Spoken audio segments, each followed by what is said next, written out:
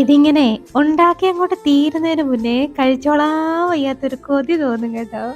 അപ്പോഴേ ഒരു പാനിലോട്ട് കുറച്ച് ഓയിലൊന്ന് ആഡ് ചെയ്തിട്ട് ഒരു സവാള ഇട്ടൊന്ന് വഴറ്റിയിട്ട് അതിലേക്ക് ഇഞ്ചിയും വെളുത്തുള്ളിയും ഒക്കെ ചേർത്തൊന്ന് വഴറ്റി അതിൻ്റെ പച്ചമണമൊക്കെ ഒന്ന് മാറ്റിയിട്ട് കുറച്ച് അണ്ടിപ്പരിപ്പും പിന്നെ തക്കാളിയും ചേർത്ത് വീണ്ടും അതിൻ്റെയൊക്കെ പച്ചമണമൊക്കെ ഒന്ന് മാറ്റിയെടുത്തിട്ട് അതിലേക്ക് മുളക് പൊടിയും മല്ലിപ്പൊടിയും ചേർത്ത് അതിൻ്റെയും പച്ചമണം ഒന്ന് മാറ്റിയെടുത്തിട്ട് അതൊന്ന് തണുക്കുമ്പോഴേക്കും ഒരു മിക്സിയുടെ ജാറിലോട്ട് കുറച്ച് വെള്ളം കൂടെ ചേർത്ത് നന്നായിട്ട് നരച്ച് പേസ്റ്റാക്കി മാറ്റി വെച്ചിട്ട് വീണ്ടും അതേ പാനിലോട്ട് തന്നെ കുറച്ച് ബട്ടർ ഇട്ടൊന്ന് മെൽറ്റ് ആക്കിയിട്ട് ഈ അരച്ച മിക്സ് അങ്ങോട്ട് ചേർത്ത് നന്നായിട്ടൊന്ന് വഴറ്റിയിട്ടെ കുറച്ച് ചിക്കൻ മസാലയും കുറച്ച് ഒറിഗാനോവും പിന്നെ കുറച്ച് ഉപ്പും കൂടെ ചേർത്ത് നന്നായിട്ടൊന്ന് വഴറ്റിയിട്ട് നമ്മളിവിടെ വേവിച്ച് മാറ്റി വെച്ചേക്ക് നമ്മുടെ മക്രോണി ഉണ്ടല്ലോ അല്ലെങ്കിൽ പാസ്ത അതങ്ങോട്ട് ഇട്ട് നന്നായിട്ടൊന്ന് അങ്ങ് മിക്സാക്കി ഒരു ചീസ് സ്ലൈസും അങ്ങോട്ട് വെച്ചിട്ട് ഇനി ഒന്ന് അടച്ച് വെച്ചിട്ട് ആ ചീസൊക്കെ മെൽറ്റായി കഴിയുമ്പോഴിങ്ങനെ അങ്ങോട്ട് എടുത്ത് കഴിക്കണം എൻ്റെ പൊന്നോ.